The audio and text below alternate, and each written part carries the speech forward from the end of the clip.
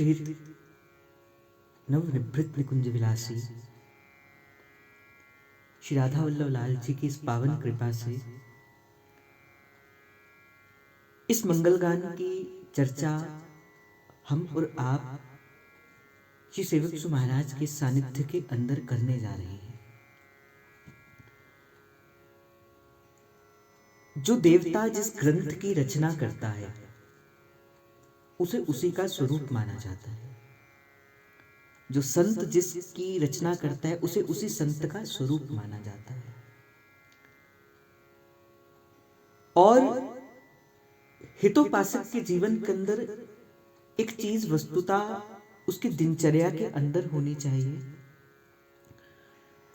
कि हितोपासक के जीवन के अंदर नित्य प्रति किसी संत का संग अवश्य हो, चाहे वो किसी भी माध्यम से हो। पर आज के समय के अंदर अगर विचार किया जाए तो प्रकट रूप से कई बार संत का सानिध्य नहीं मिलता। सानिध्य मिल भी जाए तो सत्संग नहीं होता। तो कैसे नित्य संत का सत्संग किया जाए, नित्य संत का संग किया जाए? तो रसिकों ने कहा कि जो रसिकों की जो वाणियां हैं उस वाणी का नित्य चिंतन करना, उस वाणी का नित्य संग करना। अर्थात अगर आपको श्री सेवक सु महाराज का संग करना है तो आपको क्या पढ़ना चाहिए? आपको श्री सेवक वाणी का अध्ययन करना चाहिए। अगर आपको श्री दुर्दास जी महाराज का संग करना है तो आपको किसका संग करना चाहिए? आपको 42 लीला का संग करना चाहिए। आपको हरिवंश चंद्र महाप्रभु जी का संग करना है तो किसका संग करना चाहिए? आपको श्री राधा सुधा निधि जी का और श्री चतुरासी जी का संग करना चाहिए। आपको व्यास जी का संग करना है तो आपको व्यासवाणी का संग करना चाहिए। तो इसे भी संग कहा गया। और अगर मैं कहूं कि किस प्रकार से वाणी का संग किया जाना चाहिए, कैसे वाणी के पास जाना चाहिए, तो जो आचार्यों ने जो कहा कि अभी तक हम जो वाणी के पास जाते हैं हम केवल और केवल एक पोथी या एक पुस्तक की भांति उस वाणी को समझते हैं। किंतु जैसे मैंने आज के भाव का प्रारंभ किया, वाणी प्रकट रूप से आचार्य का स्वरूप होती है। इसीलिए अगर ना होती तो श्री सेवक सु महाराज नहीं कहते नाम वाणी जहां श्यामा श्याम तहां, और नाम वाणी निकट श्यामा श्याम प्रकट। निस दिन गान रूप माधुरी को पान, उर अंतर ध्यान एक रूप श्यामा श्याम को। जब आप याचक की बात, अभी तक तो क्या होता है कि हम केवल पोथी समझते हैं, केवल पुस्तक समझते हैं, और पोथी और पुस्तक को समझते हुए केवल किस प्रकार से वाणी के पास जाते हैं, मानो केवल और केवल पढ़ना है। किंतु जब कोई एक याचक की बातें इन आचार्य के द्वारों के पास जाता है, इन संतों के द्वार के पास जाता है और एक याचक की भांति जाता है, सबसे पहले विनय भक्ति को साथ लिए कर जोड़े, दोनों कर जोड़ के इन वाणियों के संग जाते हैं, फिर वाणी अपने मर्म को प्रकट करती है, वाणी अपने अंदर के भेद को प्रकट करती है। इसीलिए कभी भी जब भी वाणी के पास जाओ सबसे पहले वाणी को प्रणाम करके, जिस आचार्य ने उस वाणी को रचा है, जिस आचार्य ने उस वाणी को कहा है, उनको प्रणाम करके फिर वाणी के पास जाना चाहिए। जिस प्रकार आज हम श्री सेवक सु महाराज के इस पावन मंगल गान की चर्चा कर रहे हैं, क्योंकि सेवक सु महाराज ने लिखा हरिवंश महाप्रभु के बारे में है, लेकिन लिखा श्री सेवक सु महाराज ने है। तो इसलिए सबसे पहला प्रणाम किसको होना चाहिए? सबसे पहला प्रणाम श्री सेवक सु महाराज को होना चाहिए। तभी श्री नागरीदास जी कहते हैं, प्रथम श्री सेवक पद सिर नाम, करहु कृपा श्री दामोदर मोपे, तुव प्रसाद सुयश यश गाऊं। तो प्रथम श्री सेवक पद सिर नाऊं, पहला जो प्रणाम है वो किसको होगा? श्री सेवक सु महाराज को होगा। तो आप और हम श्री सेवक सु महाराज को प्रणाम करते हुए, आचार्य की कृपा का स्मरण करते हुए आज के भाव के अंदर प्रारंभ करेंगे। इस सेवक वाणी के प्रवेश करने से पहले क्या कारण था इस सेवक वाणी के प्रकट्य का? क्या कारण था कि सेवक जी महाराज को श्री सेवक वाणी लिखनी पड़ी और उस सेवक वाणी के अंदर एक अध्याय लिखना पड़ा जिसका नाम है श्वेत मंगल गान। और कहते हैं कि ऐसा मंगल ये गान है, इस हित उपासना के अंदर किसी भी भाव का प्रारंभ करना है, चाहे संकीर्तन का प्रारंभ करना है, चाहे दिन का प्रारंभ करना है, चाहे कोई भी कार्य का प्रारंभ करना है, तो सबसे पहले क्या किया जाता है? श्री मंगल गान को गाया जाता है। आप भी जब भी कोई भी कार्य प्रारंभ करो, जब भी किसी भाव का प्रारंभ करो, तो सबसे पहले जो कार्य आपको करना है वो क्या करना है? आचार्य का स्मरण करना है और मंगल गान का गान करना है। और आचार्य ने तो ये भी आज्ञा दी कि जिस दिन आप नित्य प्रति दिन का प्रारंभ करते हो, उस समय जिस समय आप अपनी शैया के अंदर से उठते हो, तो सबसे पहले जो आपको जो सबसे पहले गान करना है वो किसका करना है? वो मंगल गान का गान करना है। मंगल गान से ही अपने दिन का प्रारंभ करना है। आपने देखा होगा जब कोई संत सदगुरु भगवान जब किसी भाव का प्रारंभ करते हैं तो सबसे पहले वो एक मंगलाचरण करते हैं। मंगलाचरण का अर्थ क्या होता है? मंगल आचरण करना, इसे मंगलाचरण कहा जाता है। तो मंगल आचरण करना अर्थात प्रभु को याद करना। तो जब कभी भी आप अपने जीवन का मंगलाचरण करो, अपने दिन का मंगलाचरण करो, अगर आप हितोपासक हैं तो जो संतों ने जो पथ बताया, संतों ने जो मार्ग बताया, संतों ने जो रास्ता बनाया, उस रास्ते पर चलकर ही जाना। जैसे कहते हैं ना, हमें रास्तों की जरूरत नहीं है, हमें तेरे कदमों के निशान मिल गए हैं, हमें रास्तों की। तो हमें जो रास्ता दिखाया अपने आचार्यों ने कि भाई जब भी प्रारंभ करना जीवन का, जब भी प्रारंभ करना किसी नए भाव का, तो कहाँ से प्रारंभ करना? जय जय श्री हरिवंश व्यास कुल मंडना, रसिक अनन्यन मुख्य गुरुजन भय खंडना। यहां से अपने जीवन का और अपनी दिनचर्या का प्रारंभ करना। जैसे ही आप प्रारंभ करते हो किसी भी कार्य का, प्रभु को सानिध्य मानकर, प्रभु को सानिध्य मान के, प्रभु को प्रारंभ करके उस कार्य के प्रकट होने में, उस कार्य के पूर्ण होने में किसी बात का संशय रह ही नहीं जाता, बशर्ते वो कार्य आपके हित का है कि नहीं है। आप कहोगे कि भाई हमने तो मंगल गान से प्रारंभ किया था और मंगल गान करने से चोरी करने चले गए, तो वो कार्य सिद्ध नहीं होगा। अगर आपका किया हुआ कार्य हित के मार्ग का है, अगर आपके किया हुआ मार्ग किसी के हित करने के लिए है, और अगर आप इस भाव से प्रारंभ करोगे, आपको बल प्रदान करते हैं ये शब्द। ये केवल शब्द नहीं है, ये कोरे शब्द नहीं है। हम तो नित्य प्रति इस भाव का करते हैं, जोरी श्री हरिवंश की, श्री हरिवंश स्वरूप सेवक वाणी कुंज में विहरत परम अनूप।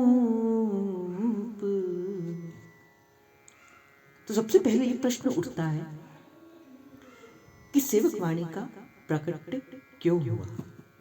क्या कारण है श्री सेवक वाणी के प्रकट का? तो बड़ा विचार किया जाए।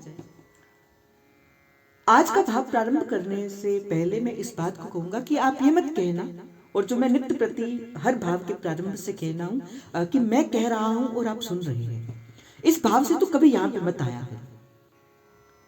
मैं कौन होता हूं इस आचार्य की वाणी को कहने वाला? क्योंकि प्रेम है, प्रेम की बात हो रही है। और अभी ध्रुवदास जी महाराज कह के हटे, बोले स्नेह में गोष्ठी कहां?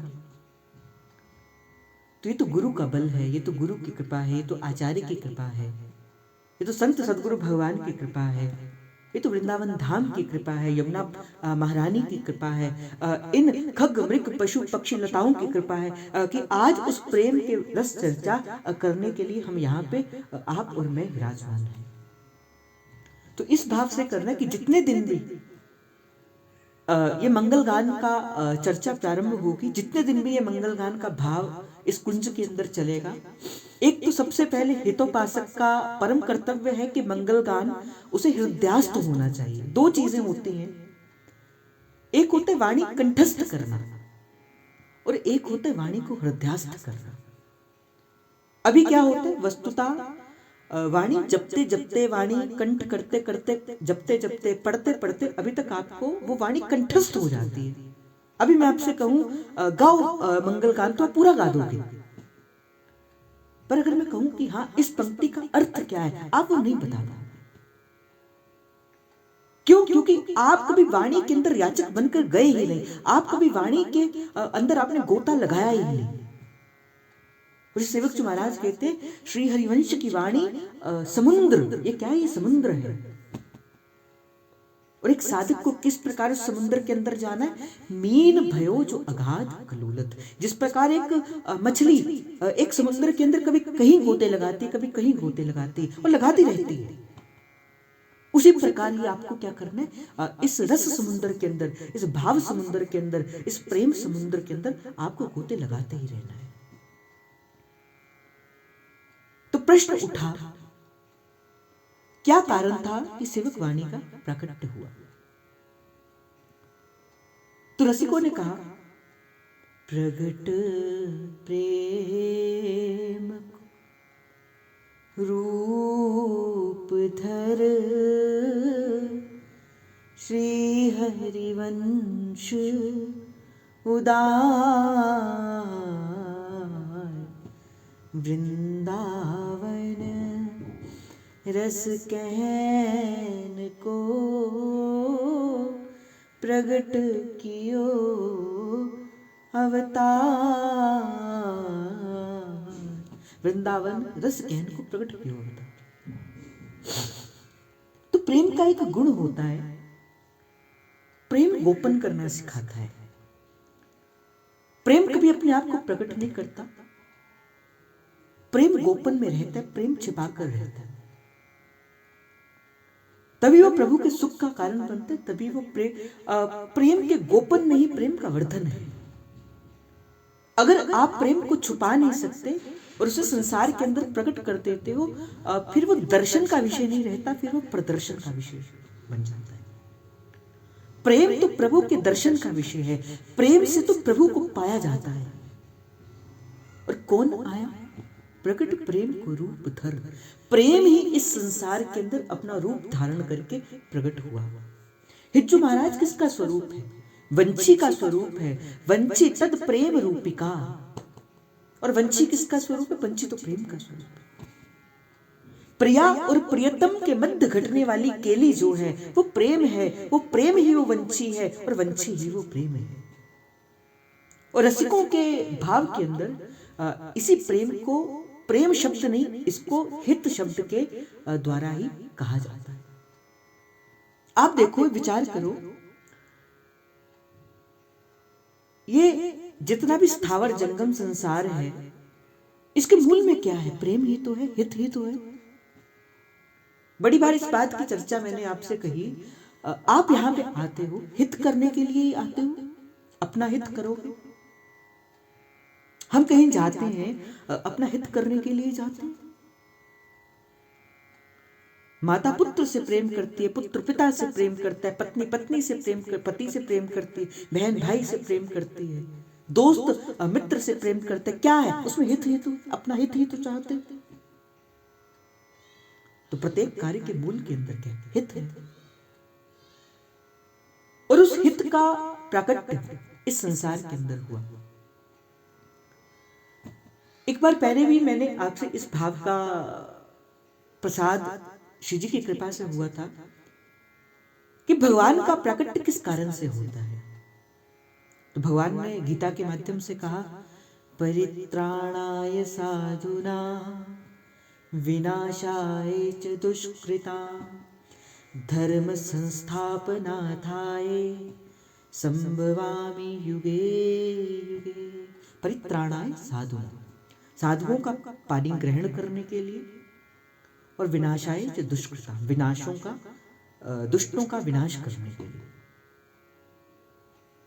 परित्राणाय साधूनां विनाशाय च दुष्कृतां धर्म संस्थापनार्थाय संभवामि युगे युगे। और धर्म की स्थापना करने के लिए मैं इस संसार के अंदर युग युग के अंदर समय समय पर प्रकट होता हूं।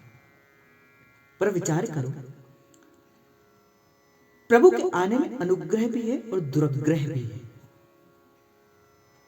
प्रभु अगर परित्राणाय साधुना, साधुओं का पानी ग्रहण करने के लिए आए हैं, तो अगले पंक्ति में प्रभु ने कहा विनाशाय च दुष्कृतां, मैं दुष्टों का विनाश करने के लिए भी आया हूं। यदा यदा हि धर्मस्य ग्लानिर्भवति भारतम अभ्युत्थानाय धर्मस्य तदात्मानं सृजाम्यहम्। जब जब धर्म की हानि होती, मेरा प्राकट्य होता है। और धर्म की हानि में अपने आप का प्राकट्य मैं कैसे करता हूं? प्रभु कहते हैं मैं दुष्टों का संहार करके करता हूं। जब जब होत धर्म की हानि, तब तब तन धरि प्रगटत हानि, जानी और दूजो नहीं। जब जब होत धर्म की हानि, तब तब तन धरि प्रगटत हानि। तो भगवान का प्राकट्य तो किस कारण से होता है? किसी अनुग्रह और दुर्ग्रह से वशीभूत होकर होता है। किंतु जब कोई संत आता है, जब कोई आचार्य आता है, तो उसके मूल के अंदर क्या है? अनुग्रह है, केवल और केवल अनुग्रह। भगवान दुष्ट को मारने के लिए आते हैं, किंतु संत और आचार्य दुष्ट को मारने के लिए नहीं आता। संत और आचार्य दुष्टता को मारने के लिए आते हैं। एक संत आए, अंगुलीमाल से कहा भाई राम राम जपना। अंगुलीमाल कहता नहीं जपा जाता। तो बोले मरा मरा तो जपा जाता, तो मरा मरा जप। संत ने अंगुलीमाल को नहीं मारा, संत ने मरा मरा जपाने से वो कब राम बन गया? और बाल्मीक भय जगत बखाना। उल्टा जपत से वो संत के भाव से वो हो गया, दुष्टता का नाश किया। उसके अंदर जो छुपी हुई वो दुष्टता थी, उसे दूर कर दिया। विचार करो, अजामिल किसी को आने नहीं देता, मार देता। और एक संत ने कहा बेटा अपने पुत्र का नाम क्या करना? नारायण रख देना। नारायण तो आज भी अनेकों के पुत्र के नाम होते हैं। रामकृष्ण तो अनेक पुत्रों के नाम होते, किंतु उसके मूल के क्या था? क्यों भगवान के पार्षद आए? क्योंकि मूल के अंदर क्या था? एक संत का अनुग्रह था, एक संत का प्रेम था, एक संत का वात्सल्य था।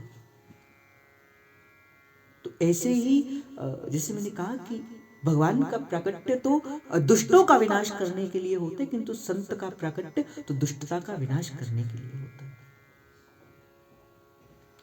तो जैसे मैं कह रहा था कि प्रेम आया, प्रगट प्रेम को रूप धर, प्रगट रूप से प्रेम ने अपना रूप को धरा, हित ही इस संसार के अंदर आया। और प्रेम का एक गुण होता है, प्रेम अपने आप को गोपन करना सिखाता है, प्रेम प्रकट नहीं करता। और भाई सत्संग आपको विवेक देता है, सत्संग आपको कसौटी देता है। विचार करना, मैं आपको एक सूत्र देता हूं। अगर आपको अपना प्रेम प्रकट करने की आवश्यकता पड़ती है ना, तो अभी आपने प्रेम नहीं किया, अभी आपने प्रेम का छल किया।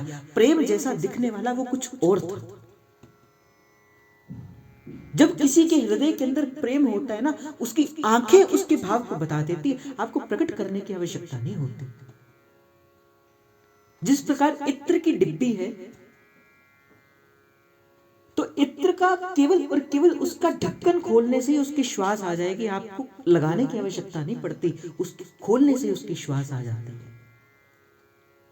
भक्त कैसा? जो अपने आप को छुपाकर रखता है। और भगवान कैसे? जो भक्त के यश को प्रकट करते हैं। और भगवान कहते हैं मैं भक्तन को दास, भगत मेरो मुकुटमणि। शबरी ने अपने आप को छुपाकर रखा और प्रभु राम ने आकर प्रकट कर दिया। भाई कैसो मिलेंगे? ऐसा प्रेम कैसे मिलेगा? सुदामा ने अपनी भक्ति को छुपा कर रखा था, पर प्रभु ने यश को प्रकट कर दिया। तो यही प्रभु का है, भक्त अपने आप को छुपाता है और प्रभु उस भक्त के यश को प्रकट कर देते हैं। ये छुपाने में और आने में, बस यही का काम भक्ति है। और मैं कह रहा हूं ना आपको, विचार करना, अगर आपको अभी अपना भाव प्रकट करने का मन करता है, अगर अपने हृदय का प्रेम प्रकट करने का मन करता है, तो भाई वो प्रेम नहीं हो सकता, वो छल हो सकता है, वो कपट हो सकता है। क्योंकि प्रेम होगा तो प्रेम तो छुप कर दिखाया जाता है, प्रेम तो छुपाना सिखाया जाता है।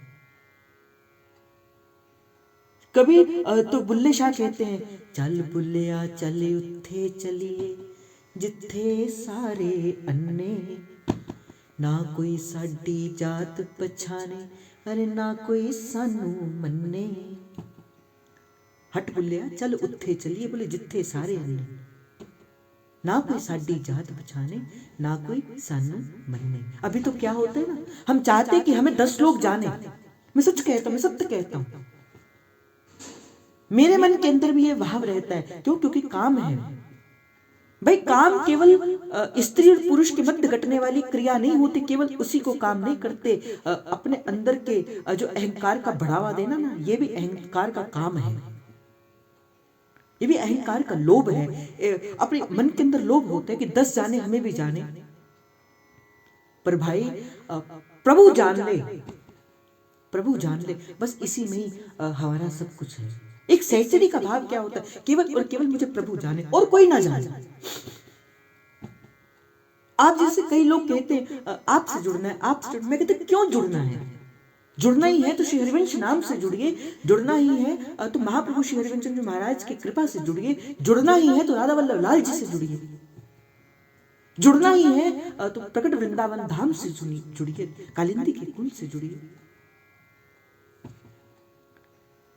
जब आप कहें गुरु, जब आप कहें गुरु, भाई मैं तो ये कहूंगा, आपके जीवन के अंदर जिस दिन गुरु आ जाता है, जिस दिन गुरु आपके जीवन के अंदर आ जाता है, उस दिन से इस बात का विश्वास मान लीजिए कि इसी जीवन के अंदर, इसी जीवन के अंदर आपको प्रभु की प्राप्ति होगी। इसी जीवन के अंदर प्रभु आपको समर्पित कर देंगे, इसी जीवन में गुरु आपको प्रभु के चरणों में समर्पित कर देगा। पर एक बात है, वो गुरु गुरु होना चाहिए। अगर आपके जीवन के अंदर गुरु शब्द कहते किसी मनुष्य की छवि आती है, तो अभी तक आपने गुरु को समर्पण किया है। और आपकी और मेरी तो शायद बड़ी कृपा है, श्री जी की कृपा से हमारे गुरुदेव भगवान ने हमें श्री सदगुरुदेव भगवान के पास पहुंचा दिया। और हमारे सदगुरु भगवान कौन है? श्री हरिवंश चंद्र शुभ नाम, श्री हरिवंश चंद्र शुभ नाम। हमारे तो सबके राधा वल्लभ संप्रदाय के मूल आचार्य कौन है? श्री हरिवंश चंद्र महाप्रभु जी। तो प्रकट प्रेम को रूप धरा, प्रेम ने तो गोपन किया, प्रेम ने छुपा कर रखा, नहीं बताया कौन आया था इस संसार के अंदर। यहां तक कि महाप्रभु के ज्येष्ठ पुत्र श्री वनचंद्र महाप्रभु जी को भी नहीं पता था कि कौन है मेरे पिता, कौन है, क्योंकि महाप्रभु ने अपने आप को छुपा कर रखा, अपने भाव को छुपा कर रखा। और प्रकट रूप से भी बड़े ऐसे कम जन थे, बहुत ऐसे कम जन थे जिन्हें महाप्रभु का प्रकट रूप से सानिध्य मिला। कुछ गिने चुने 50 या 100 या 200 साधक ही होंगे उस समय के अंदर जिन्हें महाप्रभु का प्रकट रूप से सानिध्य मिला। क्यों ये उपासना, ये निकुंज की उपासना, इस नवनिवृत्त निकुंज की उपासना इतनी नहीं फैली? क्यों? क्योंकि पिपासु जन भी तो होने चाहिए इस रस को प्रकट करने के लिए, इस रस को अपने हृदय के अंदर धारण करने के लिए। इसलिए भाई मैं कहता हूं, देख सुनकर आना इस उपासना के अंदर,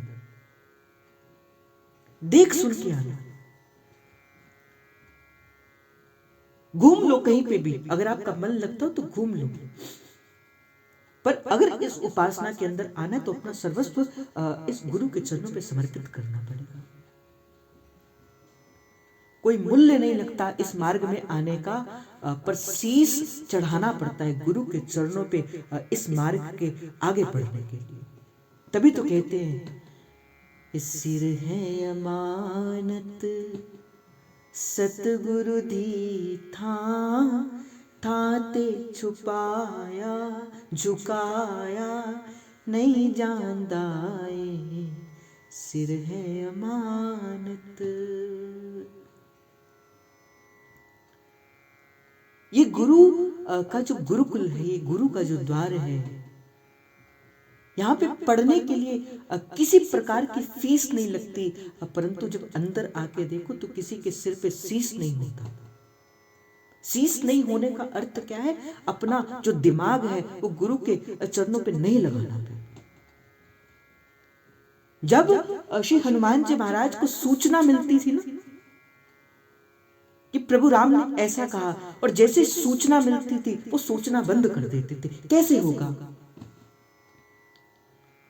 प्रभु मुद्रिका मेले मुख माही, जलधि लांग गए अचरज नाई, दुर्गम काज जगत के जेते, सुगम अनुग्रह तुमरे तेते।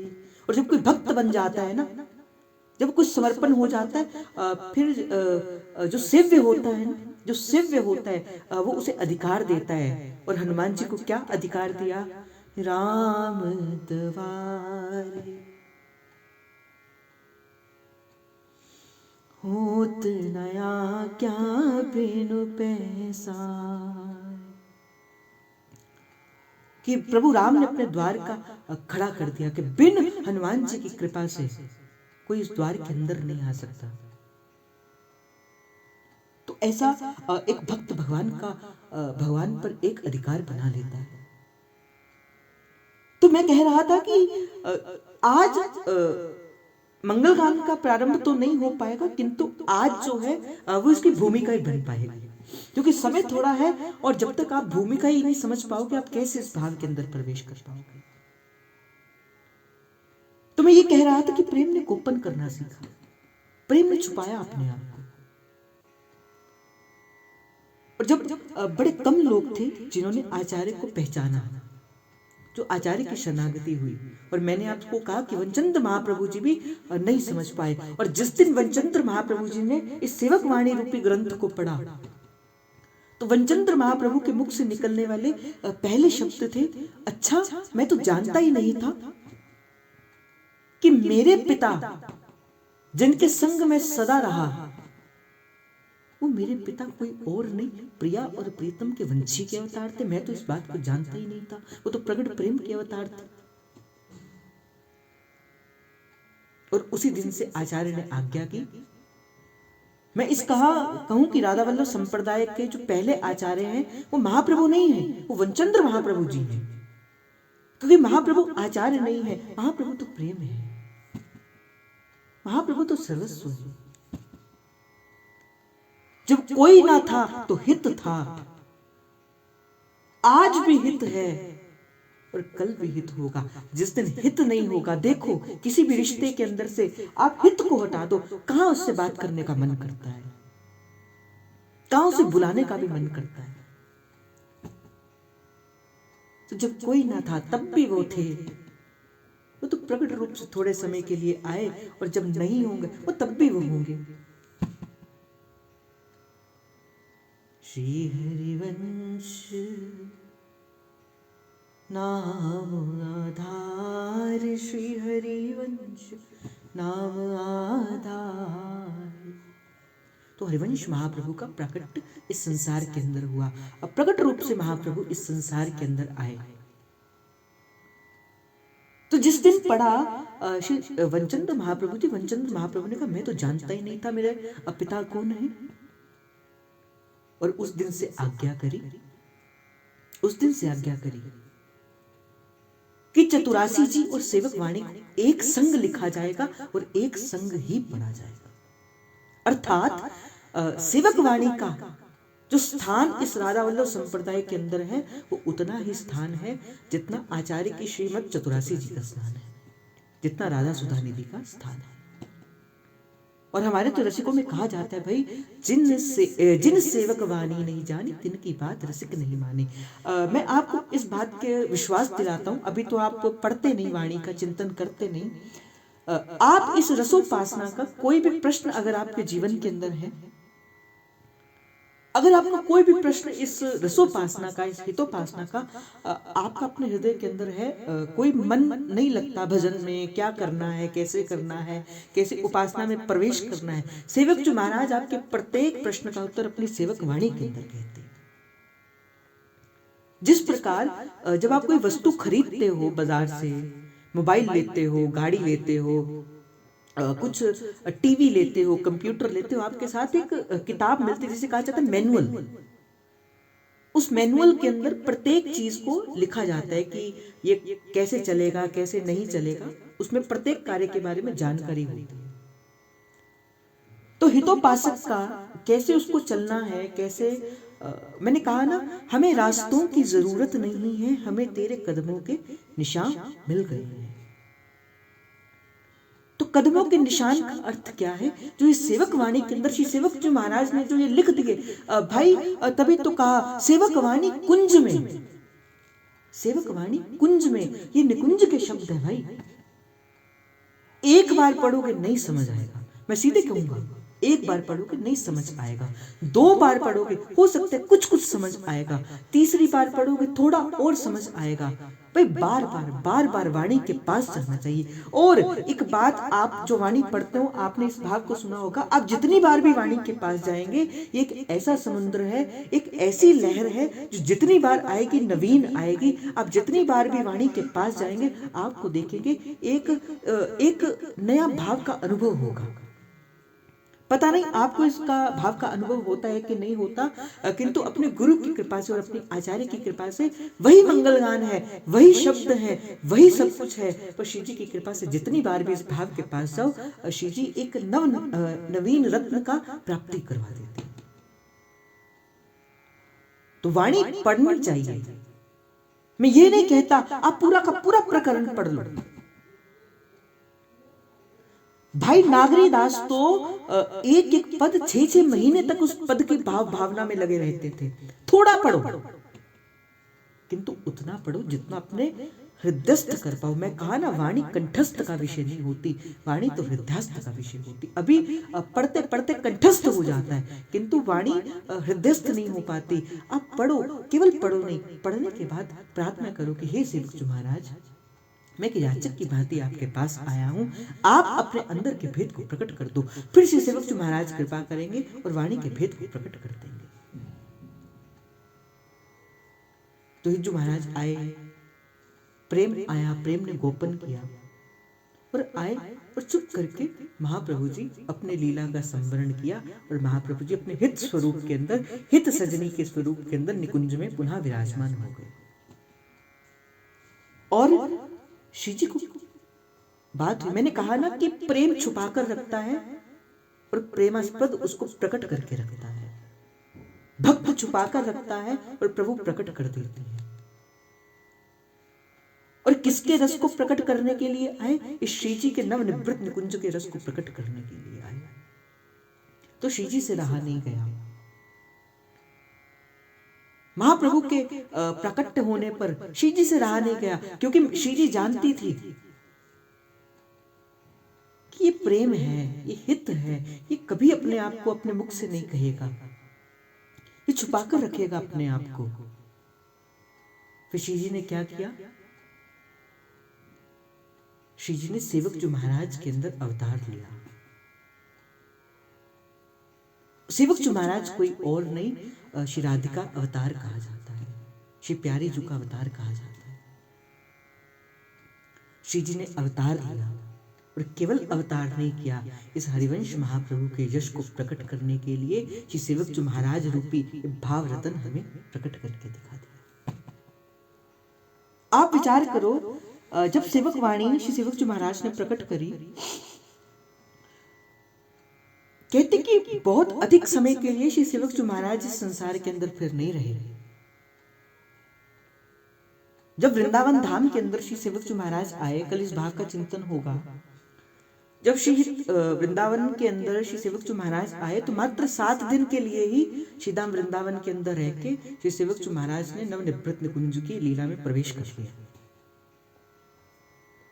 तो इसका अर्थ क्या हुआ कि सेवक जी महाराज ने अपने पठन पाठन के लिए ये सेवक वाणी का प्रकट नहीं किया था।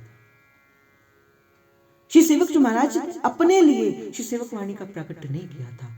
सेवक वाणी का प्रकट हम जैसे हितोपासकों को, हम जैसे भूले भटके जीवों को वापस नवनिवृत्त निकुंज के रस में पहुंचाने के लिए श्री सेवक जी महाराज ने इस सेवक वाणी का प्रकट किया था।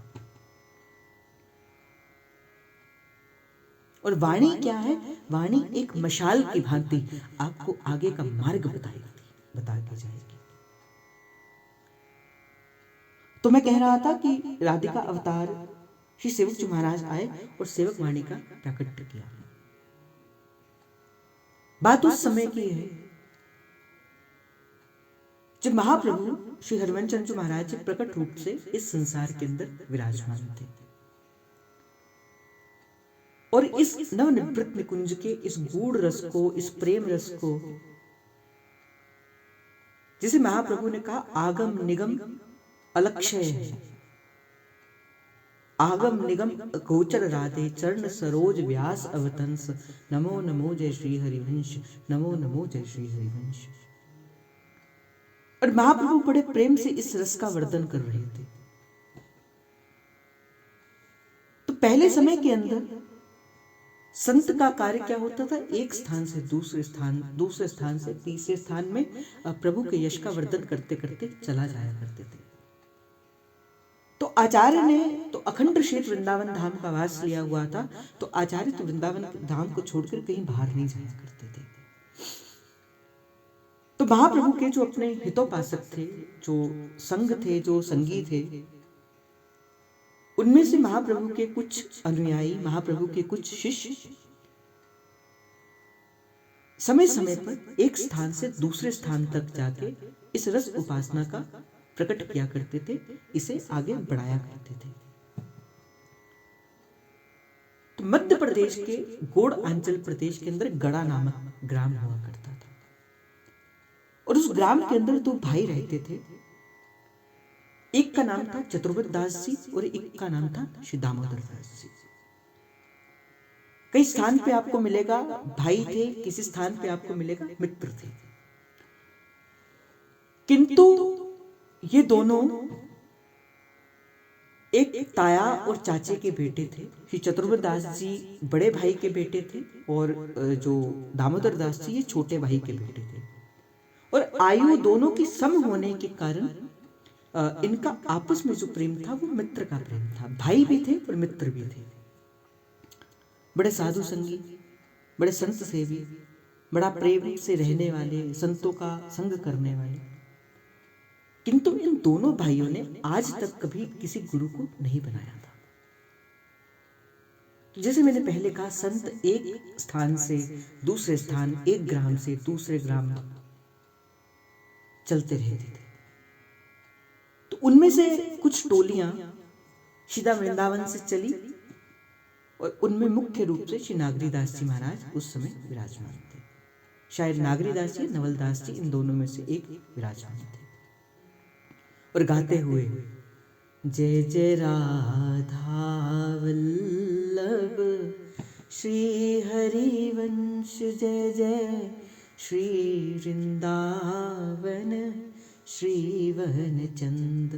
इसमें मैं आपको एक बात का बता दूं, ये जो हम पढ़ते हैं जय जय राधा वल्लभ श्री हरिवंश, जय जय श्री वृंदावन श्री वनचंद, ये जो वनचंद कहा जाता है ये महाप्रभु के ज्येष्ठ पुत्र श्री वनचंद्र महाप्रभु जी के बारे में नहीं कहा जाता, क्योंकि ये उससे पहले का मंत्र है। जय जय राधा वल्लभ श्री हरिवंश, जय जय श्री वृंदावन श्री वनचंद। ये वनचंद महाप्रभु जी के बारे में नहीं कहा जाता। वनचंद अर्थात श्रीधाम वृंदावन के चंद्र अर्थात श्री ठाकुर जी के बारे में कहा जाता है। वृंदावन चंद, वन चंद, चंद्र शब्द नहीं, वन चंद। तो ये कहते हुए जय जय राधा वल्लभ श्री हरिवंश, जय जय श्री वृंदावन श्री वनचंद, जय जय राधा वल्लभ श्री हरिवंश, जय जय श्री वृंदावन श्री वनचंद, जय जय राधा वल्लभ हित हरिवंश, जय जय राधा वल्लभ हित हरिवंश, जय जय हित वृंदावन हित वनचंद, जय जय राधा वल्लभ हित हरिवंश, जय जय हित वृंदावन हित वनचंद। तो संतों की टोलियां पहुंची कहाँ पे? चलते चलते गड़ा ग्राम के अंदर। तो पहले जैसे क्या होता था कि धर्मशालाएं कम होती थी, तो उस समय जब संत चलते चलते किसी नगर के अंदर जाया करते थे, तो रहने के लिए उस नगर में अगर किसी वैष्णव का, किसी भक्त का घर होता था, तो उस भक्त वैष्णव के घर पे ही वो संतों की टोलियां टिका करती थी, रहा करती थी। और जैसे ही गड़ा ग्राम के अंदर इन संतों की टोलियां पहुंची, तो संतों ने वहां पर किसी से पूछा, क्या इस घर के अंदर किसी भक्त का, किसी वैष्णव का कोई घर है कि जिस स्थान के अंदर जाके हम अपने ठाकुर जी को पधरा सके, उनकी सेवा कर सके, अपनी ध्यान साधना संकीर्तन कर सके? तो उस समय उन जनों ने कहा कि इस समय दो भाई इस ग्राम के अंदर रहते, जिनका नाम चतुर्वेद दास जी और दामोदर दास जी है। आप उनके पास जाकर आप जो है इस स्थान के अंदर रह लीजिए। तो संत फिर गाते हुए जय जय राधा वल्लभ श्री हरिवंश, जय जय श्री वृंदावन श्री वनचंद। वो संतों की टोलियां पहुंची कहाँ पे? इन दोनों भाइयों के पास। और जैसे ही संत सेवी थे और दोनों भाइयों ने देखा कि हमारे घर पर संतों का आगमन हुआ है, तो संत का आगमन अर्थात अगर जीवन के अंदर संत का आगमन होता है, संत का आगमन होने का अर्थ क्या है? प्रभु के आने से पहले आपको सूचना मिल गई। जैसे जब प्रभु आते हैं तो पहले एक सूचना भिजवाई जाती है। जब कोई बड़ा व्यक्ति हमारे नगर के अंदर आता है तो पहले सूचना पहुंचाई जाती है ना। उसी प्रकार ही अगर जीवन के अंदर प्रभु आने वाले होते हैं तो इसका अर्थ क्या होता है कि पहले जीवन के अंदर संत आते हैं। संत आने का अर्थ क्या होता है? अब भगवंत के आने में देरी नहीं है। संत भगवंत की सूचना लेकर आता है। तो अगर आपके जीवन के अंदर संत हैं, तभी तो श्री चाचा वृंदावन दास जी कहते हैं, पुनिजे रसिक सुदृष्टि निहारो, मोह पे करुणा सदा विचारो, करुणा दया साधु गुरु करी है, तो तब पाप तिमिर सब हरि है। श्री गुरु साधु जाहि अपनावे, तेहि जन हरि के मन भावे। जिनको विरध विदित जग माही, अभय करे पकड़े जा पाही।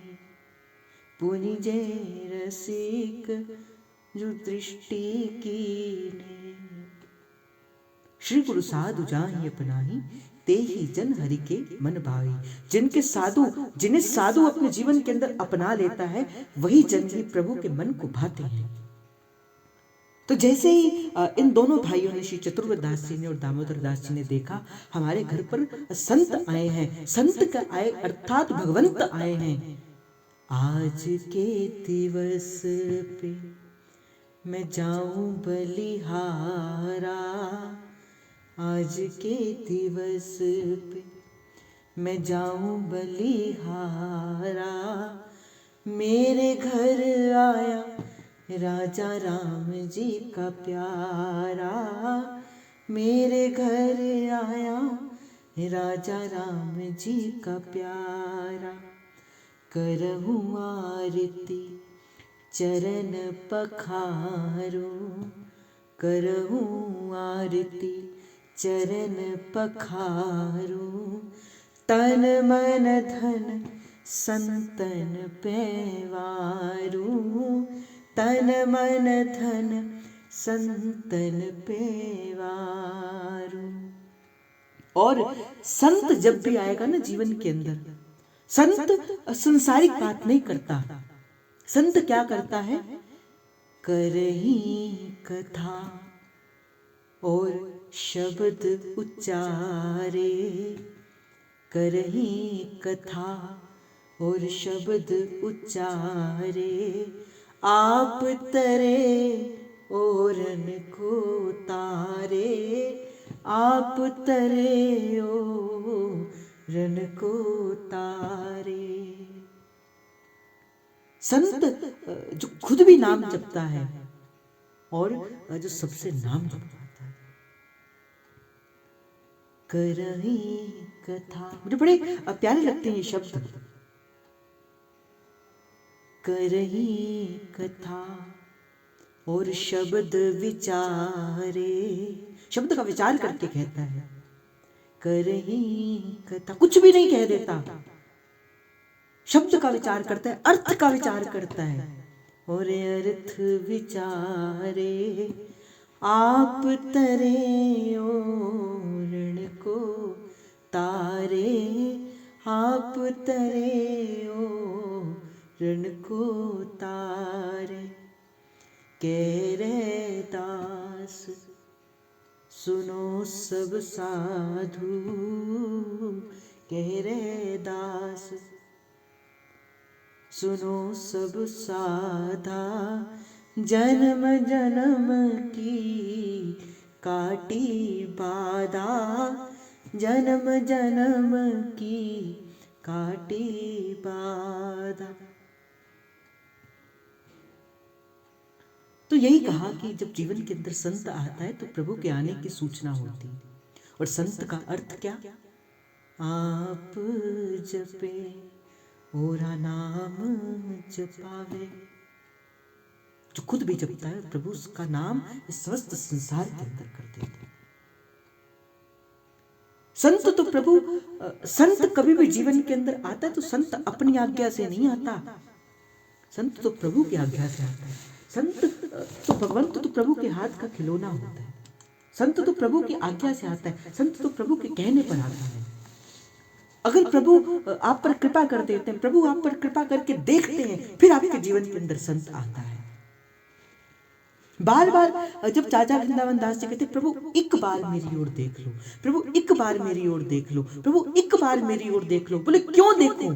प्रभु ने कहा क्यों देखूं?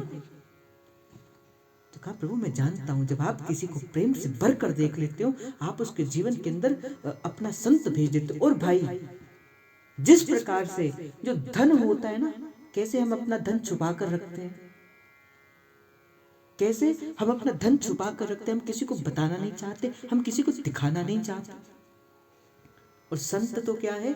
संत भगवान का धन है, निज संपत्ति है भगवान की। भगवान छुपा कर रखते संत को, दुरा कर रखते संत को। और अगर प्रभु ने दे दिया प्रकट रूप से आपको संत का सानिध्य, और कई बार तो ऐसा होता है कि भाई ऐसे कर्म होते हैं हमारे कि संत के होने के बावजूद भी हमें उसका फल नहीं लिया जाता, हमें उनका सानिध्य लेना नहीं आता। वो तो दे रहे हैं, वो तो रस की वर्षा कर रहे हैं, और हमें अपना पात्र उल्टा रखकर ही बैठना होता है। बारिश गिर रही हो और आपके पात्र के अंदर छिद्र हो, तो जितने मर्जी मेघ बरस जाए वो पात्र कभी नहीं भर सकता। क्यों? क्योंकि पात्र में छिद्र है, अर्थात काम वासना लोभ दंभ अहंकार का छिद्र। दूसरी बात हो कि पात्र ठीक हो, बारिश बह भी रही हो, किंतु पात्र ही उल्टा हो तो कैसे भरेगा?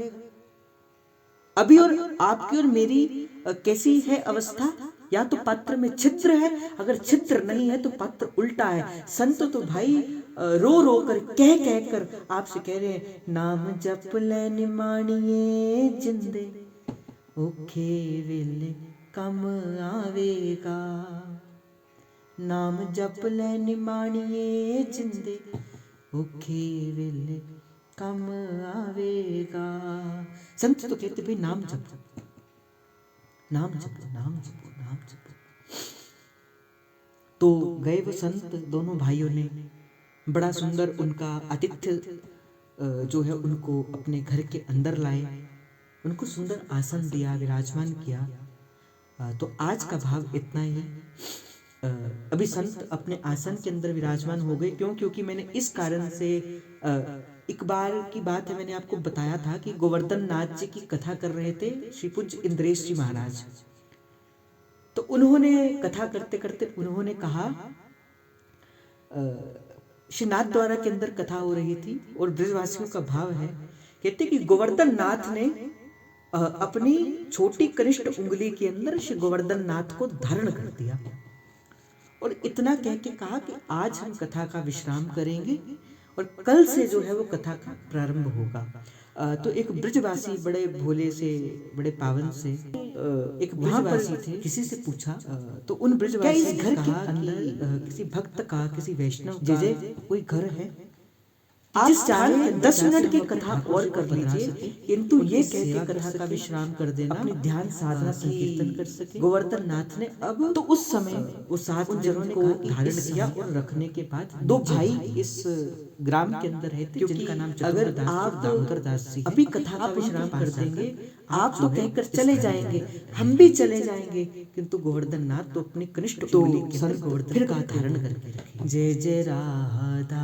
इसलिए आप चाहे 2 मिनट का समय अधिक ले लेना, किंतु इतना कह दो प्रभु जी कि नीचे नीचे गोवर्धन। तो मैं यही कहूंगा कि संत आए तो संत आए तो संतों की टोलियां, संतों ने अपना इन दोनों विराजमान कर लिया। कई संत मुझे कल, और जैसे ही भाई कल संत से आए तो सही हमें, और दोनों भुला तो दिया कि हमारे घर पर आसन नहीं दिया, का आगमन हुआ है के अंदर संत विराजमान हो गए। तो संत का आगमन अर्थात अगर जीवन के अंदर संत का आगमन होता है, संत का आगमन होने का अर्थ क्या है? प्रेम प्रभु को, हित प्रभु के आने से श्री राधा वल्लभ लाल जी के पावन चरणारविंद का स्मरण करते हुए, जैसे कृपा का स्मरण करते, जब प्रभु आते हैं तो पहले एक सूचना भिजवाई जाती है। जब कोई बड़ा सेवक वाणी का हमारे नगर के अंदर आता है तो पहले सूचना पहुंचाई जाती है। वृंदावन उसी प्रकार ही अगर चरणों के अंदर प्रभु आने वाले हो, आपसे भी संस्कारों के होते कि पहले जीवन के चरणों का स्मरण करते हुए आपसे आशीर्वाद, संत आने का करते हुए आपके भगवंत के आने में धीरज प्रभु को, संत भगवंत की सूचना लेकर आना है। जय जय श्री। तो अगर आपके जीवन के अंदर संत, तभी तो श्री